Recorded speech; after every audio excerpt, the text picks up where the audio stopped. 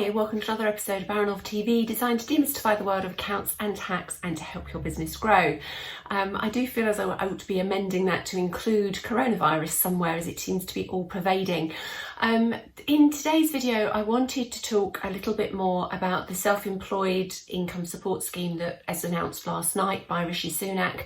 The majority of the information is already on the website, and we did send it out to all of our clients, so please do go and have a look at that. We have also added the link this morning to that, to the official HMRC guidance.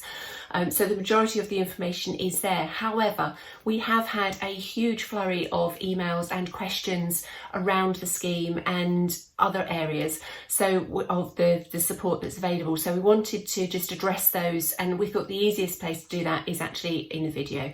So I have notes of the questions that we've had, and I'm just going to run through those. Obviously, if these prompt any questions for you, please do get in touch. Everybody's situation is very different, and we're just trying to answer as many questions as we can. This is not supposed to be a reason for you not to call us, so please do get in touch. But anyway, on to the self-employed income support scheme. The first question that we had was whether if somebody started self-employment after the 6th of April 2019, whether they would be able to qualify for the scheme. Sadly, the answer is no, and the reason that Rishi Sunak gave last night for that is that there is no record of the fact that they have been trading as self-employed in that time. So consequently, it is open to abuse and obviously open to fraud. So you would need to have your self-employment having been included in a tax return that has been submitted in order to qualify for the scheme. We've also had the question this morning that somebody's year end didn't fall on the 5th of April.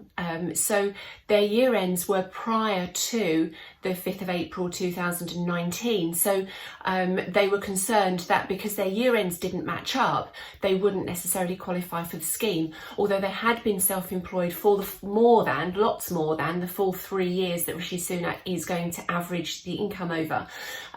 If your year ends do not match, do not worry. If you have submitted tax returns for those 3 years that Rishi Sunak is mentioning, and they all show self-employment, you will qualify, it's fine. The timeline that was given, that this will be in place for June, and that at that point you will get a lump sum backdating this support through back to March, we do believe is optimistic. We're just seeing guidance coming out now on the coronavirus job retention scheme, and that's supposed to be paying out in April. We think, with the best will in the world, there is just so much for HMRC and the government to put into place. We do believe this is going to slide. So please bear that in mind as you're making your plans and looking at your finances at the moment. The biggest question that we've had as to whether the self-employed income support scheme relates to directors of limited companies, and I'm afraid it doesn't. The revenue does not class a director as self-employed, so you cannot qualify under the self-employed income support scheme. There is the opportunity potentially that you can qualify as a director under the coronavirus job retention scheme, which is essentially the furlough scheme. However, again, that is only likely to prove relevant if you have more than one director within the business. You cannot qualify, as far as we are understanding at the moment, if you are going to do any work at all on the business, and consequently, as a director, you are, to all intents and purposes, the officer representing and running that business, so you cannot furlough yourself. You cannot, during that time, if you were to be furloughed, you would not be able to do payroll, you would not be able to make any payments, you would not be able to plan for the business to come out of this period and to hit the ground running. So it's highly unlikely that you would be able to qualify if you are a sole director. If you have a co-director and you can arrange things so that only one of you does the work, then you could potentially furlough the other. One thing that came out of the guidance that has now come out around the job retention scheme and furloughing is that if you have staff that are furloughed, they can do training. So if you want to upskill your team whilst they are on furlough, that is absolutely allowed. So it could be that you've got made a plan already or started to plan for the future and what you want to do within the business, and somebody to go through a training scheme whilst they're on furlough would be required. That is absolutely fine. The portal for reclaiming furloughed salaries is not yet up and running.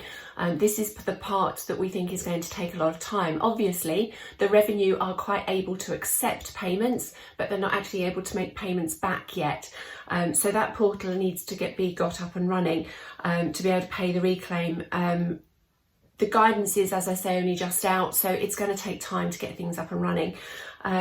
Moving on, we are having a lot of conversations around the coronavirus business interruption loans. Yesterday, Barclays did a big U-turn on personal guarantees. They are now saying that they will not ask for a personal guarantee for any loan under 250,000, and Lloyds and HSBC have also said the same. The bank that seems to be coming out of this really well at the moment is RBS, Royal Bank of Scotland. One client in particular has said that their RBS guy is being really, really helpful. So it may be that they are looking for redemption, who knows? But you must, if you're looking for a loan under the business interruption scheme, then you do need to speak to your own bank first. We do think that there will be changes in the offers that are being made at the moment, because right now they're not reflecting the announcements that government made.